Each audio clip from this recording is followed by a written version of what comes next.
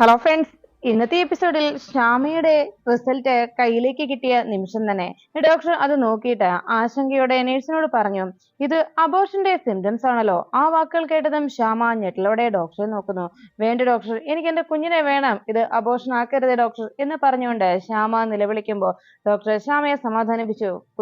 കുട്ടി ഒന്ന് സമാധാനപ്പെട്ടിരിക്കൂ എന്ന് പറയുമ്പോൾ ശ്യാമ പറഞ്ഞു, വേണ്ട ഡോക്ടർ, എന്റെ ജീവൻ എടുത്തോ, അബോർഷൻ അത് വേണ്ട, എനിക്ക് എന്റെ കുഞ്ഞിനെ വേണം ഡോക്ടർ എന്ന് പറഞ്ഞു ശ്യാമ ബഹളമുണ്ടാക്കുമ്പോഴേക്കും ഡോക്ടർ പറഞ്ഞു, മോളെ, ഞങ്ങളൊന്നും ചെയ്യുന്നില്ല, ഞങ്ങൾക്കൊന്നും ചെയ്യാനുമാവില്ല, അത് ചെയ്യാനല്ല പറഞ്ഞത്, ഇതിനോടകം അത് സംഭവിച്ചു കഴിഞ്ഞു എന്ന് പറയുമ്പോൾ ഉടനെ ശ്യാമ പൊട്ടിക്കരഞ്ഞു. ഡോക്ടർ എന്താ ഈ പറഞ്ഞത് എന്ന് ചോദിച്ച് ഞെട്ടലോടെ സങ്കടപ്പെട്ടുകൊണ്ട് അങ്ങനെ ശ്യാമ കരയുന്നത് കണ്ട് ഡോക്ടർക്കും നേഴ്സിനും ആകെ വിഷമമാകുന്നു. ശ്യാമയെ സമാധാനിപ്പിക്കാൻ എത്ര ശ്രമിച്ചിട്ടും അവർക്ക് കഴിയാറായതോടെ അവരാകെ ആശങ്കയിലായി. അപ്പോഴേക്കും പുറത്ത് ശ്യാമയുടെ വിവരം അറിയാതെ എല്ലാവരും എന്താണ് അകത്ത് സംഭവിച്ചിട്ടുണ്ടാവുക എന്ന പ്രാർത്ഥനയോടെ കാത്ത് ഏവരും നിൽക്കുമ്പോഴേക്കും നേഴ്സ് ഉടനെ തന്നെ പുറത്തേക്ക് ഇറങ്ങി വന്നു.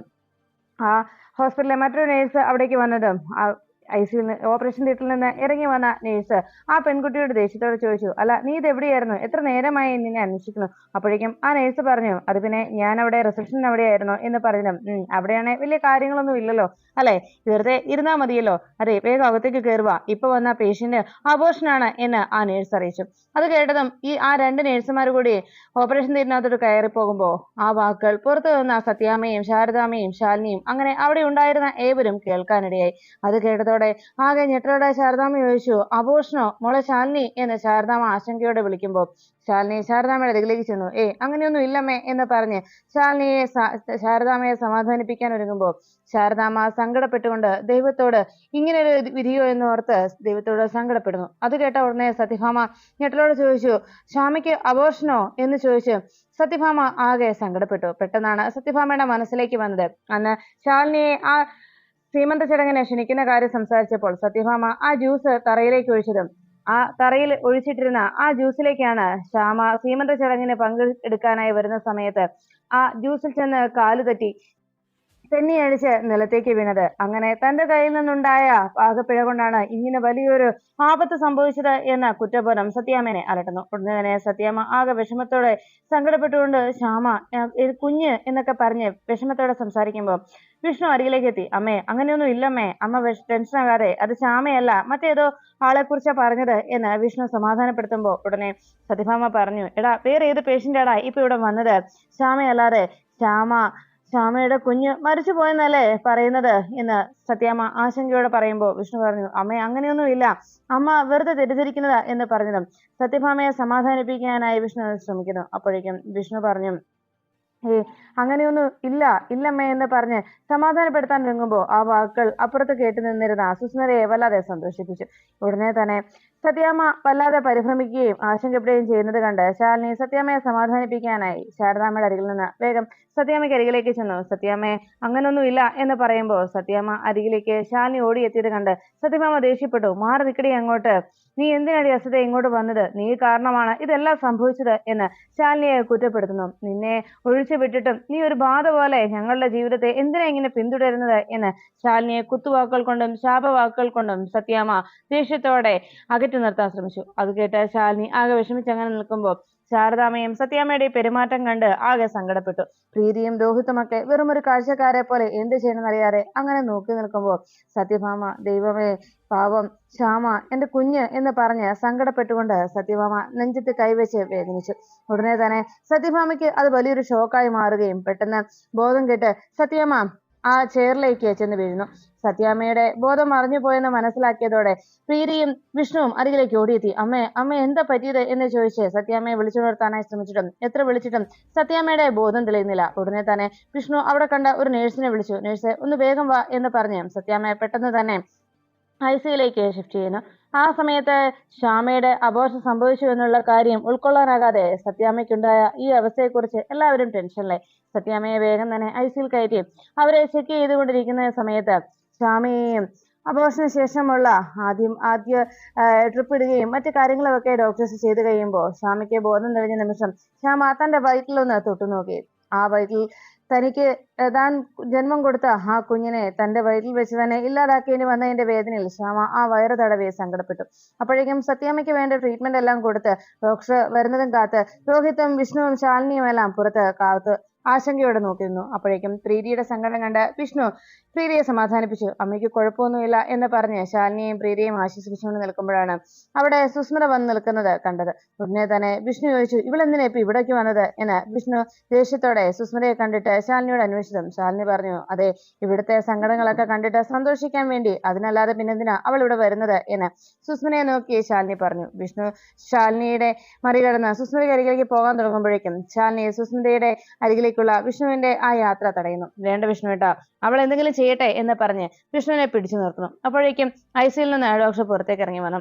എന്താ ഡോക്ടർ, അമ്മയ്ക്കിപ്പോ എന്ന് ചോദിച്ചതും ഡോക്ടർ പറഞ്ഞു, അതെ, ഇപ്പോ ഹെൽത്ത് കണ്ടീഷൻ കുഴപ്പമൊന്നും തന്നെയില്ല. BP കൂടിയതായിരുന്നു.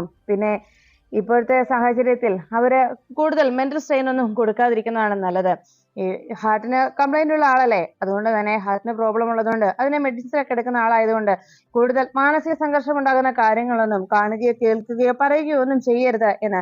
സത്യാമ്മയുടെ ഇപ്പോഴത്തെ നില അത്തരത്തിൽ ഒരു അവസ്ഥയിലാണ് എന്നും തൽക്കാലം മെഡിസിൻ കൊണ്ട് ഞങ്ങൾ ഇപ്പോഴത്തെ ടെൻഷൻ ഒഴിവാക്കിയിട്ടുണ്ട് എന്നും ഡോക്ടർ അറിയിച്ചു. എന്തായാലും നിങ്ങൾ കൂടുതൽ കെയർ ചെയ്തേ തീരൂ, കൂടുതൽ ശ്രദ്ധിക്കണമെന്ന് ഡോക്ടർ പ്രത്യേകം വിഷ്ണുവിനോടും ശാലിനിയോടുമെല്ലാം വേണ്ട നിർദ്ദേശങ്ങൾ ഡോക്ടർ നൽകുന്നു. അവരുടെ മനസ്സിനെ വേദനിപ്പിക്കുന്ന കാര്യങ്ങളൊന്നും ഒരു കാരണവശാലും അവരെ അറിയിക്കരുതെന്ന് ഡോക്ടർ പ്രത്യേകം അവരെ ഓർമ്മിപ്പിച്ചു. ഇത് കേട്ട ഉടനെ സുസ്മിത, അത് ശരി, അപ്പോ ഇന്നത്തെ ദിവസം 2 ഗുഡ് ന്യൂസ് ആണല്ലോ ദൈവമേ നിങ്ങൾ എനിക്ക് തരാൻ പോകുന്നത്.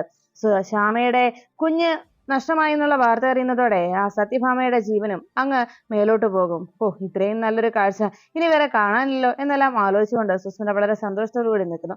അപ്പോഴേക്കും ശാലിനിയും വിഷ്ണുവിനെ സമാധാനിപ്പിച്ച് സത്യാമ്മയ്ക്ക് കുഴപ്പമൊന്നും ഉണ്ടാവുകയില്ല എന്ന് പറഞ്ഞ് വിഷ്ണുവിനെ ധൈര്യം കൊടുത്തുകൊണ്ട് അങ്ങനെ നിൽക്കുമ്പോഴേക്കും അകത്ത് നിന്ന് വേഗം ഒരു നേഴ്സ് വന്ന് പറഞ്ഞു, അതെ, ശ്യാമയുടെ ശാലിനി ആരാ, ശാലിനി ഡോക്ടർ അന്വേഷിക്കുന്നു എന്നറിയിച്ചു.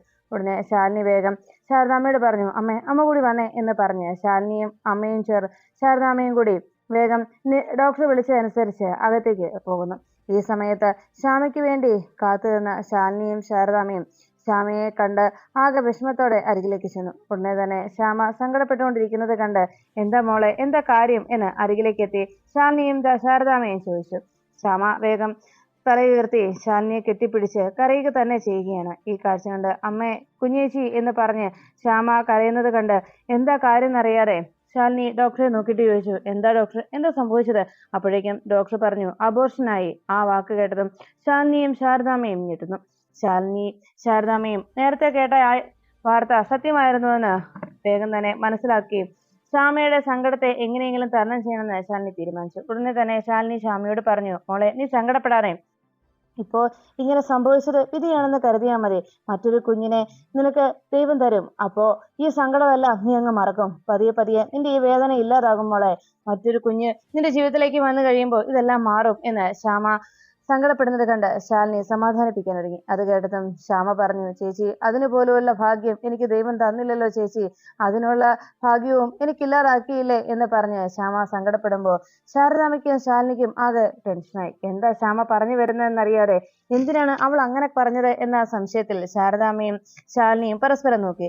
അപ്പോഴേക്കും എന്താ കാര്യം എന്നറിയാൻ ഉടനെ തന്നെ ഡോക്ടറെ നോക്കിയിട്ട് ശാലിനി കാര്യം എന്തെന്നുള്ള രീതിയിൽ നോക്കുന്നു. അപ്പോഴേക്കും ഡോക്ടർ പറഞ്ഞു, അതെ, അബോർഷൻ സംഭവിച്ചത് കൊണ്ട് ഇനി ശ്യാമയ്ക്ക് മറ്റൊരു കുഞ്ഞിനെ ഗർഭം ധരിക്കാൻ കഴിയില്ല. ജന്മനാ തന്നെ ശ്യാമയുടെ ഗർഭപാത്രത്തിന് കട്ടി കുറവാണ്. അതുകൊണ്ട് ഇനി ഒരു കുഞ്ഞിനെ പൂർണ്ണ ആരോഗ്യവാനായ ഒരു കുഞ്ഞിനെയും ശ്യാമയ്ക്ക് നൽകാനാവില്ല. അതാണ് ശ്യാമയുടെ ഹെൽത്ത് കണ്ടീഷന്റെ ഇപ്പോഴത്തെ അവസ്ഥ എന്ന് ഡോക്ടർ ശാലിനിയോടും ശാരദാമ്മയോടും പറഞ്ഞു. ആ വാക്കുകൾ കേട്ടതോടെ ശാരദാമ്മയും ശാലിനിയും പൊട്ടിക്കരയുന്നു. ഉടനെ ശ്യാമ പറഞ്ഞു, കുഞ്ഞേച്ചി, എന്റെ കുഞ്ഞ് പോയി. രോഹിത്തിന്റെ ഏറ്റവും വലിയ പ്രതീക്ഷയായിരുന്നു ആ കുഞ്ഞ് ഇല്ലാതായില്ലേ ശാലിനി ചേച്ചി. എന്റെ ഇപ്പോഴത്തെ അവസ്ഥയിൽ എല്ലാവർക്കും എന്നോട് ദേഷ്യമുണ്ടാകും കാണും അല്ലേ ചേച്ചി എന്ന് ചോദിച്ച് ശാലിനിയോട് സങ്കടങ്ങൾ പറയുന്നു. എന്റെ കുഞ്ഞിനെ ദൈവം തിരിച്ചെടുത്തില്ലേ. സത്യാമ്മയാണെങ്കിൽ എത്ര സന്തോഷിച്ചതാണ് ഒരു കുഞ്ഞിനെ കിട്ടാനായി, എത്ര കൊതിച്ചതാണ് സത്യാമ്മ. ആ സത്യാമ്മയ്ക്കും എന്നോട് ഇന്ന് ദേഷ്യമാവില്ലേ കുഞ്ഞേച്ചി എന്ന് ചോദിച്ച് ശ്യാമ സങ്കടപ്പെട്ടു. ഇതെല്ലാം കേട്ടതും ശാരദാമ്മയും ശാലിനിയും അങ്ങനെയൊന്നും ഇല്ല എന്ന് പറഞ്ഞ് ശ്യാമയെ ആശ്വസിപ്പിക്കാനായി ശ്രമിച്ചു. അപ്പോഴേക്കും ശ്യാമ വീണ്ടും കരഞ്ഞുകൊണ്ട് പറഞ്ഞു, കുഞ്ഞേച്ചി, ശരിക്കും എന്റെ കുഞ്ഞിനെ ഇല്ലാതാക്കിയതല്ലേ? എന്റെ കുഞ്ഞിനെ സ്വീകരിക്കാനായി ആ വീട്ടിലേക്ക് ഞാൻ ഇനി എങ്ങനെ പോകും? അവിടെ എന്റെ കുഞ്ഞിന്റെ വരവ് സന്തോഷത്തോടെ സ്വീകരിക്കാനായി അവിടെ തോരണങ്ങളെല്ലാം കെട്ടി എല്ലാവരും വലിയ ആവേശത്തിൽ കാത്തിരുന്നതല്ലേ? ഇനിയിപ്പോ ഞാൻ എങ്ങനെ അവിടേക്ക് തിരികെ ചെന്ന് കയറും? എന്റെ കുഞ്ഞിനെ സ്വീകരിക്കാൻ ചെയ്ത ആ തോരണങ്ങളോ അലങ്കാരങ്ങളോ ഒന്നും ഇപ്പോൾ പോലും അവിടുന്ന് അഴിച്ചു മാറ്റിയിട്ടുണ്ടാവുകയില്ല. അപ്പോ അവിടേക്ക് എന്റെ കുഞ്ഞിനെ ഇല്ലാതാക്കിയ ഈ ശരീരം ഇതൊരു ശവപ്പറമ്പല്ലേ? ഈ ശവപ്പറമ്പുമായിട്ട് ഞാൻ എങ്ങനെ അവിടേക്ക് പോകും? എന്റെ ശരീരത്തോട് പോലും എനിക്ക് വെറുപ്പ് തോന്നുകയാണ് കുഞ്ഞേച്ചി എന്ന് പറഞ്ഞ് ശ്യാമ നിലവിളിച്ചു. ഇതെല്ലാം കേട്ടതും ശാരദാമ്മയും ശാലിനിയും എന്ത് പറഞ്ഞ് സമാധാനിപ്പിക്കുമെന്നറിയാതെ ശ്യാമയെ ആശ്വസിപ്പിക്കാനായി എത്തിയ അവർ പോലും കരഞ്ഞു പോന്നു. അപ്പോഴേക്കും ശാലിനിയോട് ശ്യാമ പറഞ്ഞു, കുഞ്ഞേച്ചി, എനിക്ക് ഈ ശരീരത്തോട് പോലും വെറുപ്പായി കഴിഞ്ഞു. എന്റെ കുഞ്ഞിനെ ഇല്ലാതാക്കിയ ഈ ശരീരം എനിക്കിനി വേണ്ട, ഇതിന് വേണ്ട, ഈ ശരീരം എനിക്ക് വേണ്ട എന്ന് പറഞ്ഞ് ശ്യാമ മറ്റെന്തോ തീരുമാനിച്ചുറപ്പിച്ചതുപോലെ അവർ അരികിൽ നിന്ന് ചാടി എഴുന്നേറ്റു. എന്താ ശ്യാമ ചെയ്യാൻ പോകുന്നതെന്നറിയാതെ എല്ലാവരും ആകട്ടെ ടെൻഷനോടെ നോക്കി നിൽക്കുമ്പോൾ ശാലിനിയെയും ശാരദാമ്മയും തട്ടി മാറ്റിയിട്ട് ശ്യാമ അവിടെ ഇരിക്കുന്ന ഓപ്പറേഷൻ തിയേറ്ററിൽ ഇരുന്ന മറ്റ് സിസേഴ്സും മറ്റുമൊക്കെ പെട്ടെന്ന് ശ്യാമയുടെ കണ്ണിൽപ്പെട്ടു. ശ്യാമ ആ ട്രേയിലിരുന്ന ആ സിസറിലൊരെണ്ണം കയ്യിലേക്ക് എടുത്ത് വേഗം തന്റെ വയറ്റിലേക്ക് കുത്തിയിറക്കാനായി ശ്യാമ ആഞ്ഞു കുത്തുന്നു. ഈ സമയത്ത് ശാലിനിയും ശാരദാമ്മയും ചേർന്ന് ശ്യാമയെ തടയുന്നു. അപ്പോഴേക്കും ഇതൊന്നും അറിയാതെ അബോധാവസ്ഥയിൽ കിടക്കുന്ന സത്യഭാമയുടെ ഇപ്പോഴത്തെ കണ്ടീഷൻ വെച്ച് ഒരു ദുഃഖവാർത്തയും അവരെ അറിയിക്കരുതെന്നുള്ളതിനാൽ ഈ ശ്യാമയ്ക്കുണ്ടായ ഈ ദുരവസ്ഥയെക്കുറിച്ച് എങ്ങനെ പറയുമെന്നോർത്ത് വിഷമത്തോടെ വിഷ്ണുവും രോഹിത്തും പ്രീതിയുമെല്ലാം സത്യഭാമയുടെ അരികിൽ കാത്തു നിൽക്കുന്നു.